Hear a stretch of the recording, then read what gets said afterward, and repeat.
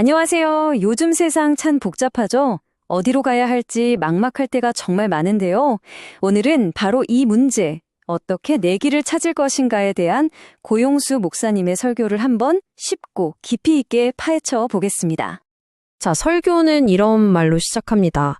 우리는 끊임없이 속고 속이는 미혹의 시대를 살고 있다. 와, 정말 강렬한 진단이죠. 이게 바로 오늘날 우리 사회의 현실이라는 건데요.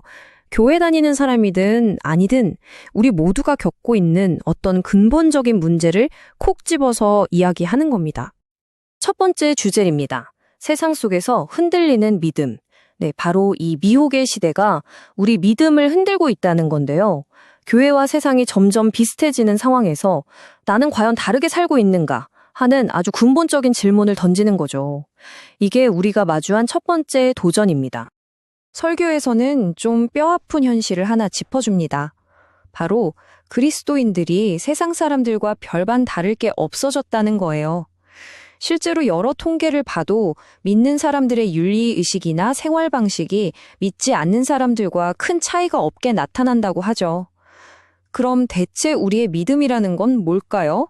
이런 질문을 하게 만드는 겁니다. 자, 여기서 성도라는 단어의 의미를 다시 생각해 보게 되는데요. 이게 정말 중요합니다. 우리가 보통 성도라고 하면 뭔가 대단하고 완벽한 사람을 떠올리잖아요. 그런데 원래 뜻은 그게 아니라는 거예요. 성도의 핵심 의미는 바로 구별된 자, 즉 세상과는 뭔가 다른, 따로 떼어놓은 존재라는 거죠. 자, 그럼 정리를 해볼까요?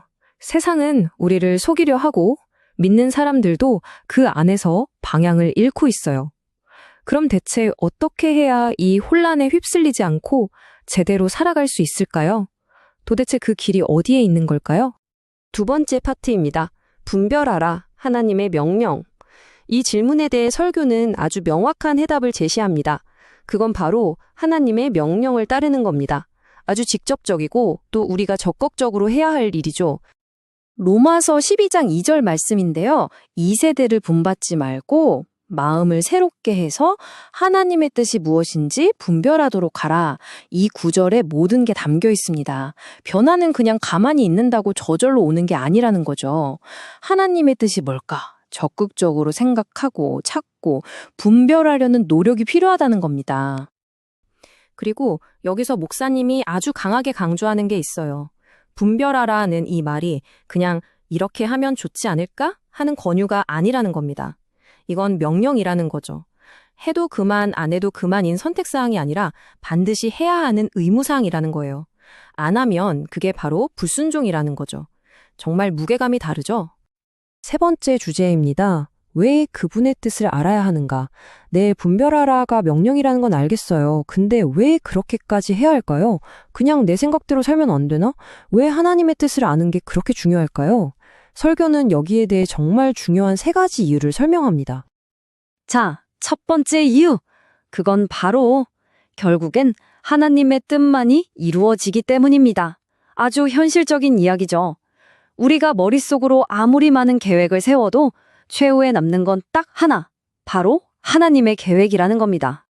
잠언 19장 21절 말씀처럼 말이죠. 사람의 마음에는 많은 계획이 있어도 오직 여호와의 뜻만이 완전히 서리라. 이걸 반대로 생각하면 하나님의 뜻을 모르고 내 마음대로 가는 건 결국은 원래 가야 할 길로 돌아오기 위해 엄청나게 멀고 힘든 길을 돌아가는 것과 같다는 거죠. 정말 시간 낭비, 에너지 낭비인 셈입니다. 두 번째 이유는 조금 더 무서운 이야기입니다. 하나님의 뜻을 무시하면 우리 삶이 고통스러워진다는 거예요.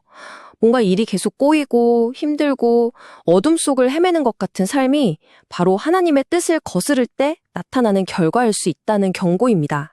시편 107편 말씀이 이걸 잘 보여주죠.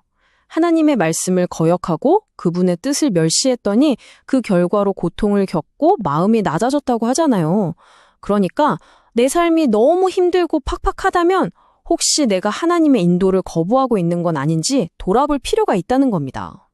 자, 그리고 마지막 세 번째 이유.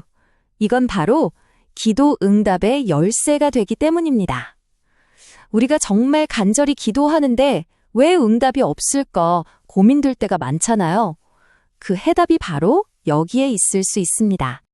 요한일서 5장 14절을 보면 그의 뜻대로 무엇을 구하면 들으신다고 약속하고 있어요. 이게 무슨 말이냐면 무작정 내가 원하는 것만 늘어놓는 기도가 아니라 먼저 하나님의 뜻이 무엇인지 알고 그 뜻에 맞춰 기도할 때 그 기도가 힘을 얻고 응답받는다는 거죠. 기도의 순서가 바뀌는 겁니다. 네 번째 파트입니다. 무엇을 분별해야 하는가? 자, 그럼 알겠습니다. 하나님의 뜻을 분별해야 한다는 건 이젠 알겠어요. 근데 구체적으로 뭘 분별해야 할까요? 너무 막연하잖아요. 설교는 아주 실질적으로 우리가 분별해야 할 세 가지 영역을 딱 집어줍니다. 바로 소명, 때와 장소, 그리고 사람입니다. 이 세 가지는 순서가 있어요. 가장 먼저 내 인생의 근본적인 목적인 소명을 분별하고 그 다음에 내가 처한 상황과 시기인 때와 장소를, 그리고 마지막으로 관계의 문제인 사람을 분별해야 한다는 거죠.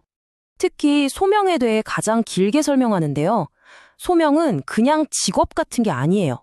내가 태어나기도 전에 하나님이 계획하신 나만의 고유한 목적, 내가 이 땅에 존재하는 이유, 그 자체를 말합니다.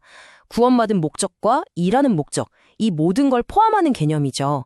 이걸 아는 게 모든 분별의 시작이라는 겁니다. 이걸 좀 더 쉽게 이해하기 위해서 손영우 심리학자가 말한 일의 세 가지 차원을 인용합니다. 첫 번째는 그냥 돈 벌기 위해 하는 잡이에요. 꿈이 은퇴인 거죠. 두 번째는 성공하고 인정받기 위한 커리어고요. 하지만 마지막 단계가 바로 콜링, 즉 소명입니다. 이건 돈이나 성공을 넘어서 하나님과 다른 사람들을 위해 일하는 사명이라는 거죠. 차원이 완전히 다르죠. 자, 이렇게 내 인생의 큰 그림인 소명을 알았다면 그 다음엔 좀 더 디테일한 부분을 분별해야 합니다. 바로 때와 장소, 그리고 사람이죠. 지금이 과연 움직일 때인가?